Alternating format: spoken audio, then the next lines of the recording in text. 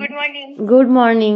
আমি আর ফোন করতে পারিনি কালকে, তোমার রিসেপশনও ছিল তো আর ডিস্টার্বও করিনি ওই জন্য। কেমন কি ছিল গো? ভালো ছিল গো, মেকআপ খুব ভালো ছিল, লং লাস্টিং হয়েছিল। মানে তোমার কতদিন মানে কতক্ষণ ছিল? হ্যাঁ, সকাল অব্দি ছিল আমার।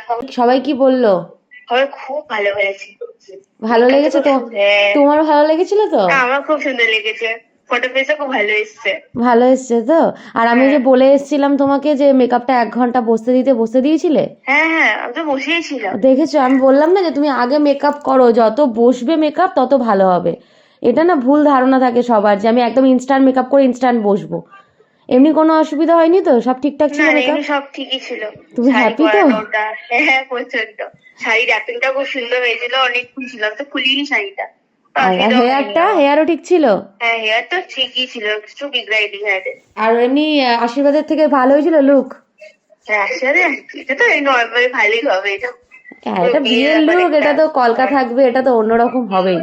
আচ্ছা যাই হোক, আমি এখানেই ফোন করলাম, আমিও খুব টেনশনে ছিলাম যে তোমার কেমন হলো না হলো।